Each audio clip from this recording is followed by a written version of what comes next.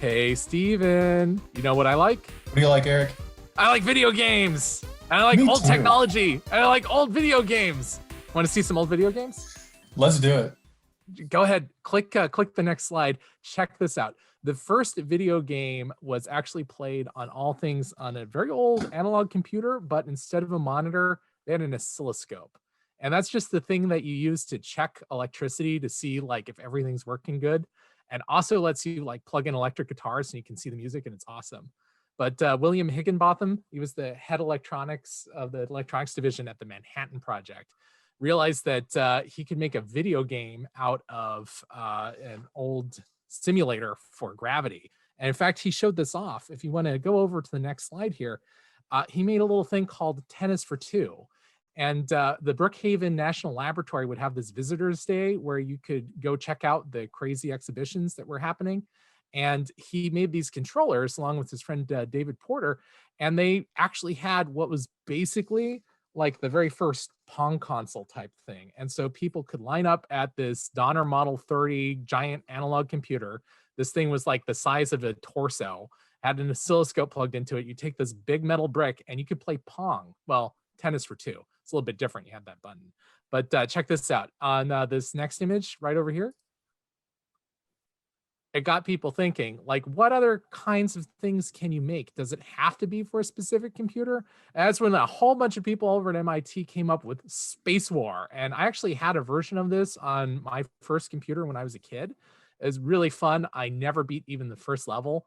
But the idea was that this thing could be installed on different computers. Do you see that big blue cabinet thing in the back? That is the computer. Look how big that thing is. That's the DEC PDP-1. A few versions later, it would actually be running part of the first internet. The PDP-10 ran a chunk of the ARPANET node. But this still isn't like a computer you could have in your home, right? Like, not at all. No. So guess what happened next? This is the Magnavox Odyssey, which the inventor of whom was smart enough to go ahead and patent the name video game system, since the game didn't work without the video. But this really was more of like a board game than a computer game. It did have all kinds of great stuff in it. I mean, you could run like different game things. In fact, check this out. Move on over to the next one. They had all of these little jumper cards that you could insert straight in, and that would change the game. It was like a prototype of the video game cartridges we use now. The issue is that it didn't actually have any memory in it. So when you plugged that thing in, it was just changing the circuits inside the Magnavox Odyssey, which meant that you were really only playing the same game with different settings. So if you pop on over to the next slide, let me show you something really crazy. See down in that bottom left corner, those were stick-ons that you would show onto your TV. And then you grab all those dice and things to give you rules. And then you play like a super overly complicated game of Pong. And this was like Cheaters Pong. You had a knob where you could move the ball. And so you could actually miss. You could make your opponent miss. And there were no rules. You could slide everywhere. You had to just have a gentleman's agreement about not messing up the game on purpose.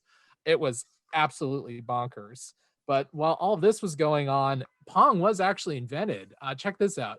We had these things. So you know how you can play like whatever video game you want now on your smartphone? When I was a kid, you had to cough up quarters while you're waiting in the laundromat for your clothes to get clean. And up until the iPhone was invented, these things were still $20 million a year industry. It was really huge. And Pong was a big part of that. This was one of the first electronic games. Not the first, there were some crazy ones, but this was one of the first super popular ones. These things were in airports and laundromats and just about everywhere you could imagine. It was a lot of fun, but you couldn't play it at home. You had to like cough up money. So next up, we got these guys. You know Atari, right? I've heard of them. Yeah, they were one of many on the Pong console market. Over on the left, we can actually see the Coleco Telestar, and they had a pretty solid Pong console. Atari had a pretty good one too, and they both started developing, along with a bunch of their competitors, different ways to play Pong at home. And in fact, this is where we start getting the first video game cartridges. Check this thing out. It looks like a video game exploded onto another video game. This is the Telestar Arcade by Coleco. And they were big on the idea. See that triangle in the middle? This is Yeah, it looks this kind of weird, man. yeah, this is pretty weird. Those triangles actually had a read-only memory chip on it that would store 3 different games. You plug that triangle on the top of your game, and then you'd have a racing game, a shooting game, and a Pong game. I'm betting you can guess which is which. You'd rotate the console in order to use the different controls that you need to play after flipping that switch on the front. If you take a closer look at those cartridges, you can see that this was insane. Like, who came up with this bad idea? You just If plug you in only your got 3 games, you just rotate the console around. You're good, right? yeah, sure, why not? And you could mail in your order for more triangles. You could plug onto the top of your bigger triangle, and then you had as many triangle games as you needed. This had some problems. Fortunately, their competitor over at Fairchild, well, they had a better idea. This is Gerald Anderson, Gerald Anderson, Jerry Lawson, also known as Jerry. He basically fixed this. He took more or less what was a cartridge from, well, it was called an 8-track. It was a way of listening to music back in the day in your car. He hollowed that thing out and he put the circuits in it. And then he had the Fairchild Channel F have the microprocessor. And that's just the part that read the cartridge. And then he put all the cartridge stuff that you needed right inside of the video cart on the right there. And you just plug that thing in and boom, you can play all kinds of great games with those weird looking joysticks. But all that comes back to the question, if you're playing stuff at home, what do you really need? And Atari had that answer, lots of stuff. Atari had all kinds of cool things you could plug in and you can play all kinds of games. And they just opened the market up. Like pretty much anyone could develop Atari cartridges and you could just kind of put those things in. They had even Nintendo games were showing up on Atari consoles. They had everything. And Atari games were playable on their competitors' stuff. You could get an Intellivision and you could plug in an adapter, and you could plug in your Atari cartridge and you could play a bad port of Pac-Man. And you could play a bad port of pretty much everything. You could play a bad port of the hit film E.T. And that turned out to be a bad idea because it crashed out the market. They started producing all kinds of insane things and things that you could plug in. They had in development an idea of putting a helmet on so that you could control your Atari games with your head and just like how you're thinking. And then they started doing stuff like spending millions of dollars to get licensing rights to different movies and film franchises to make video games for it. And then only giving their programmers a couple of months to make those games. And you see that that little cartridge box up in the front? Yep. Yeah, that was the ET game. It was actually originally being developed as a completely different game before the programmer was told that he had very little time to get a Christmas release out because they'd spent millions of dollars to get the rights from Steven Spielberg. And then they made just an insane number of these cartridges and no one wanted to play this game because it was terrible. So they had a warehouse full of games that nobody wanted to play and they were getting returned all the time to the store because they were Christmas gifts and the kids were super disappointed by how bad the game was. So they were getting pushed back to the stores and the stores didn't know what to do. So they were returning them to Atari. So Atari eventually realized that it was cheaper to drive all of their extra stock up to New Mexico and drop it all in a giant dump and pretend it didn't happen.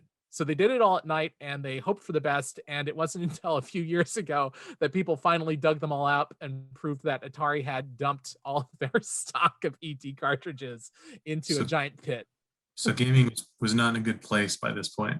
No, it had crashed out. In fact, places like KB Toys and Toys R Us and a bunch of other places that used to sell action figures and board games and dolls and pillows and roller skates and roller blades and bicycles, all that stuff. They didn't want anything to do with video games. They were done with video games. And no one in the US wanted to touch a video game. They were terrified of angry parents coming in and throwing Atari cartridges in their face saying, we want a refund. This game is absolutely unplayable. So they started to stick with, safer stuff like Teddy Ruxpin, a talking teddy bear, things like that.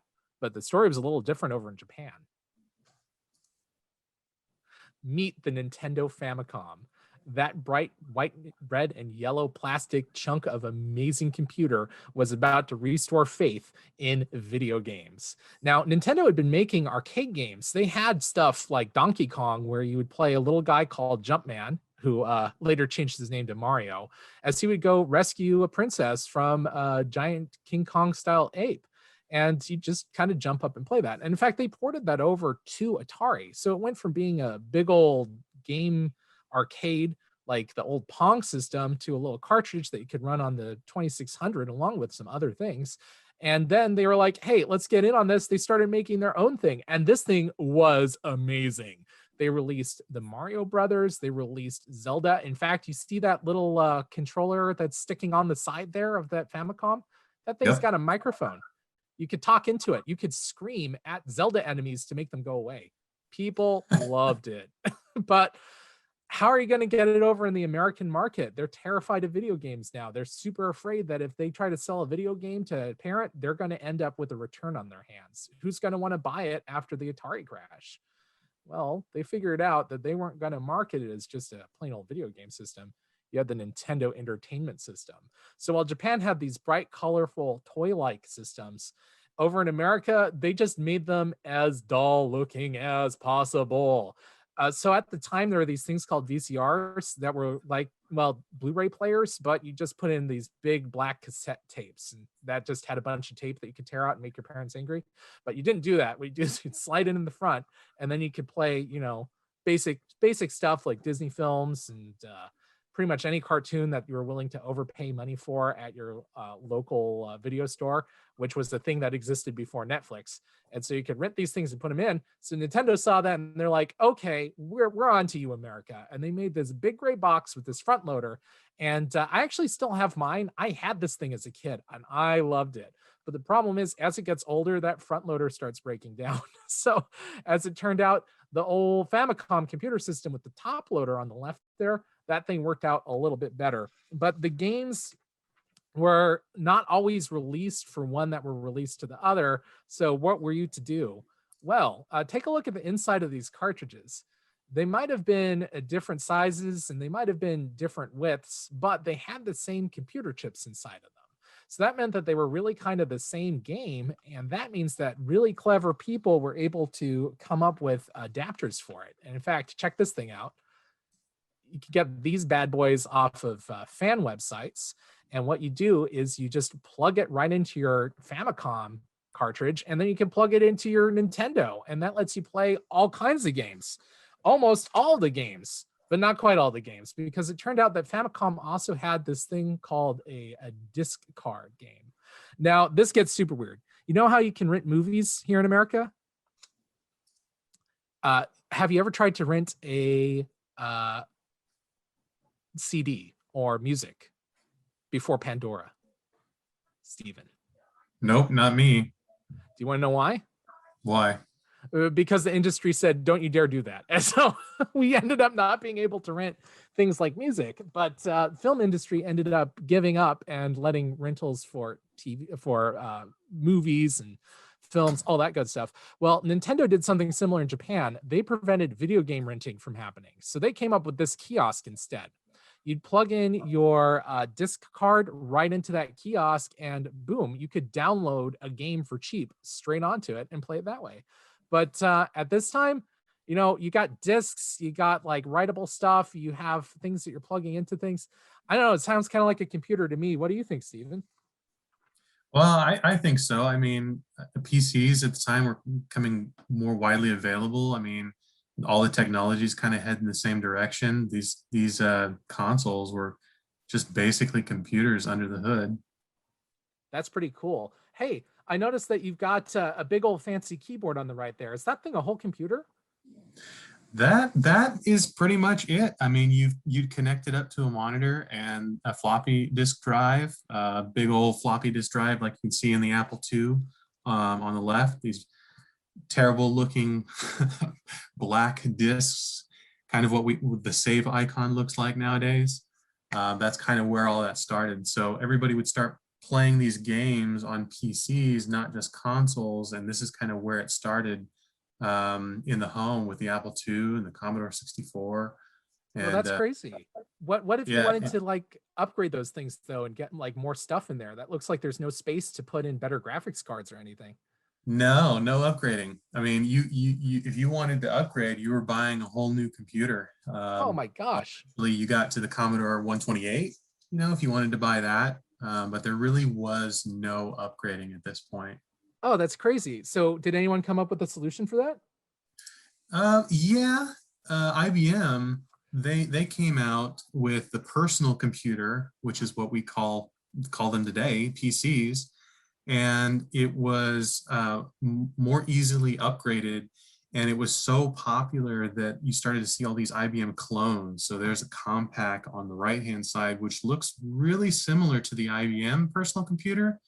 But Compaq decided to put their display into this thing and make it more of a portable PC. But this really paved the way for what we know as the modern PCs today, making them a lot more upgradable and expandable without having to throw away all the old hardware that you had. Wow, you know what? Instead. On the left there, that's the first computer I had at home. I had an IBM compatible PC at one point. Wow, yeah, that's that one is the one that I would play Space Wars on and lose every time. We also had a big printer, so we could print out big banners that would say things like, "Oh, I won Space Wars," even though it wasn't true. And it was probably very loud print. It shook the house. Oh, hey, check this out. I remember these things too. Want to Oh, tell me yeah. about these? Yeah, so the fourth generation consoles, you had your first console with the Magnavox, and then your second ones had the cartridges, and your third ones were your Nintendo Entertainment System. The next generation of consoles were 16-bit, games, and back then, Nintendo, the original Nintendo was the 8-bit generation, and then you got the 16-bit generation, and for a little while, that was kind of the marketing idea was, let's just up the bits, because they really did technically, but the higher bits meant it was better, right? So Yeah, that's why we got all the cool looking graphics that looked like whole cartoon characters instead of just like a ball being bounced side to side on a screen. Those bits meant yeah, that we so had the better blocks at graphics, least right? got a little smaller. The blocks at least got a little smaller. But everything Man, was 3D, yeah. no 3D yet, but you got your Oh, NES and you got your Sega Genesis. And that was a pretty popular time for Nintendo too. They kept that train going, right? yeah. If only you could take it on the go. Oh my. You're right. And there were handhelds prior to this time, but this was really the time where it really took off, because the handhelds you had before this, you really could only play one game on. It only came with one game. But with the Nintendo Game Boy and the Sega Game Gear, you could swap out games with cartridges and play these things on the go. This was really the rise of handhelds and what we know as mobile gaming today. So with all that in mind, why on earth would you ever need another console? You could play your black and white Pokemon game with just 4 AA batteries that you'd have to swap out twice a day because you're eating all your batteries. Well, if you were playing Nintendo, that black and white screen, not as good looking as your TV at home, that had color and was bigger, and this was really good for games on the go, but you still wanted to play those games at home, and Okay.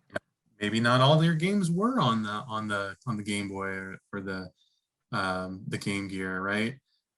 So you'd still need to buy a nice big system so you could get the full experience. And correct me if I'm wrong, it looks like both the PlayStation and the Nintendo 64 could let you play with a whole bunch more players. Yeah, so once we get into the fifth generation consoles, we still have that 32 and 64-bit, more of the marketing stuff. Hey, the higher the number, the better, right? Oh yeah.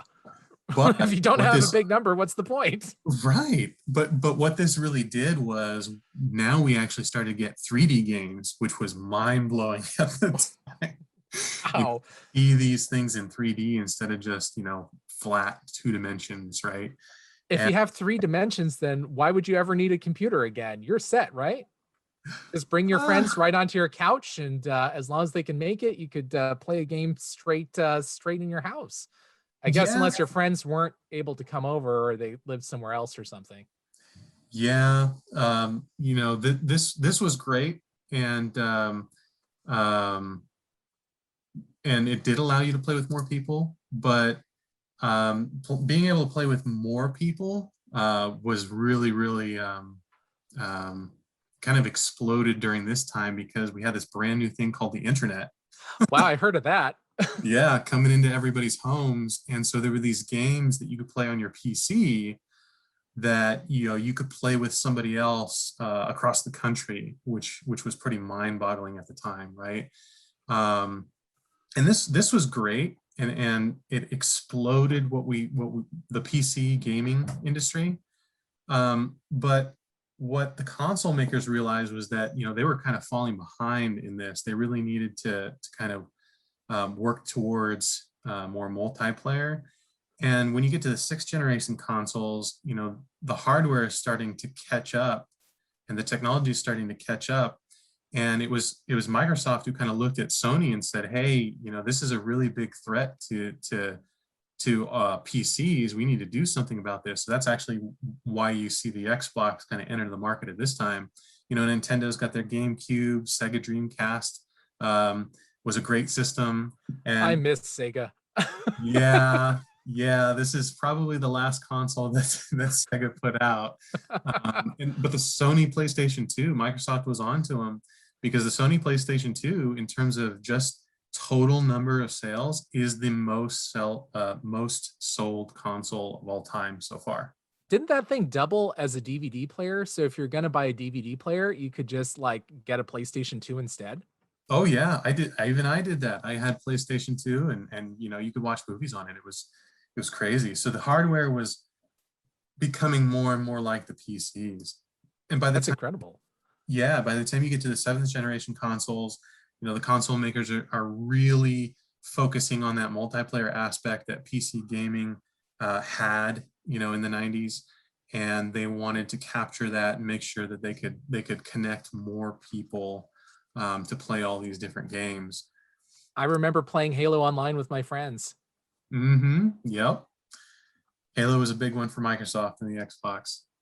But by the time you get to the eighth generation consoles, you really just see more connectivity and hardware improvements. I mean, that technology is getting better and better and better, and the games are looking better and better and better. And there were a lot more accessories. Yeah, what's going on over in that top left corner? What's that big controller for the Wii U? You might have to tell me, Eric. I actually did not have a Wii U. I had So it a Wii. so yeah, after the Wii, they started realizing that there was a lot of potential in having crazy stuff going on in the hands of the player. So they started doing things like putting a touch screen inside of the controller itself. And in fact, that touch screen could broadcast the entire Wii U's game into it. So it was almost like a prototype for the Nintendo Switch, or a stepping stone for it. A little bit later, when they came out with the Switch, they immediately discontinued the Wii U. And a lot of the features that you saw on the Wii U were on the Switch, but you didn't need like two big pieces. You had the Switch and you had a dock you could plug it straight into. So, that let them actually put a game that you normally play on your TV, unplug it, and take it with you on the go. I mean, could you imagine such a thing? Yeah, it's funny, Nintendo especially, early on in the 80s and 90s, they really had all these really crazy ideas at the time that they were just too early for. I mean, they had all these accessories and these things that you could get for your Nintendo that really didn't become popular, but now that the technology's caught up, we're being sold all of these things that Nintendo wanted to push out earlier on that just didn't make it at the time. They were just ahead of their time. The Xbox One, when it came out, it had a Kinect, that could kind of track your movements in the room. The PlayStation 4 had a VR set that you could buy, a virtual reality set that you could buy. But these were all kind of concepts that Nintendo was trying out as early as the 90s. But the market and the technology wasn't quite ready yet. So we made it. What on earth is going to happen then to all those little handheld games people were playing with? Yeah, the introduction of smartphones really changed the way that mobile gaming happens now. Now you can just download an app, on your smartphone, and so all these game makers want to just make an app, a game that you can download on your smartphone and kind of take it wherever you want to go, and the screens look great. So it's definitely a lot different than the Game Boy, that's for sure. Oh boy. Is there any way to play that kind of stuff when you're sitting at home? Oh yeah. The smartphones that kind of work everywhere, and the connectivity between all this stuff is getting better and better. In fact, with the consoles that we have even now, the ninth generation consoles, we're really just getting better hardware, and there's bigger focus on cross-platform gaming and backwards compatibility to play older stuff. So but wait, are you saying I could the play older Fortnite stuff. on my phone and play Fortnite on my PlayStation? Yeah, there are a number of games that you can play on different platforms now, with people from different platforms. So if you're on a PlayStation or an Xbox or even a PC, you could start playing the same game together. This is kind of a relatively new thing. I mean, that connectivity between people and playing is just getting bigger and bigger and bigger. So PCs are still around? Absolutely. PC gaming is still going strong. PCs have really come a long way from the Commodore and even the first IBM personal computers. But all those parts are you can swap out, and you can upgrade independently, and all the games are looking great on those. I have to say that looks a lot more impressive than the old PDP-1 Space Wars. Right. But does that mean that there aren't any more supercomputers that you can access? Well, there are. I mean, cloud gaming is becoming a big thing now. Oh, Again, the technology is coming a long way. You can play on your smartphone a game that isn't actually running on your smartphone anymore. It's running up, on servers somewhere in the cloud, and you can play these really, really intensive games no matter what hardware you're using. wow. Gaming has really shifted away from these circuit boards, in the 70s, to playing it on demand wherever you are with whatever you got. That sounds super immersive. If only there was a way to like bring myself even more into the game. Well, the way that we're headed, virtual reality, augmented reality, these glasses that you wear, and even these tracks that you can run in place on, gaming is headed that direction. And again, Nintendo had all these ideas in the 90s, but the technology is just so much better now, and the demand has grown for more immersive gaming, that this is the way we're headed. So then what's next? With all this stuff that's sitting around, is it possible for people to start building their own things? Yeah, indie gaming that came out in the 90s and 2000s, where people are making their own games, and not necessarily part of big studios making games. There's this big shift towards people making their own games and using technologies that are becoming more and more available now to make these games. So it seems as though we've come almost full circle back from when William Higginbottom was the first guy to go, I bet I could take all this stuff and make my own game out of it. Now anybody could do that at home. Yep. The technology's getting to the point where it's more available to people who are willing to start playing with it. That's amazing. Well, Stephen, you know what I want to go do now? What's that, Eric? I want to go play some games. Me too. All right, let's do that. Super Mario Brothers.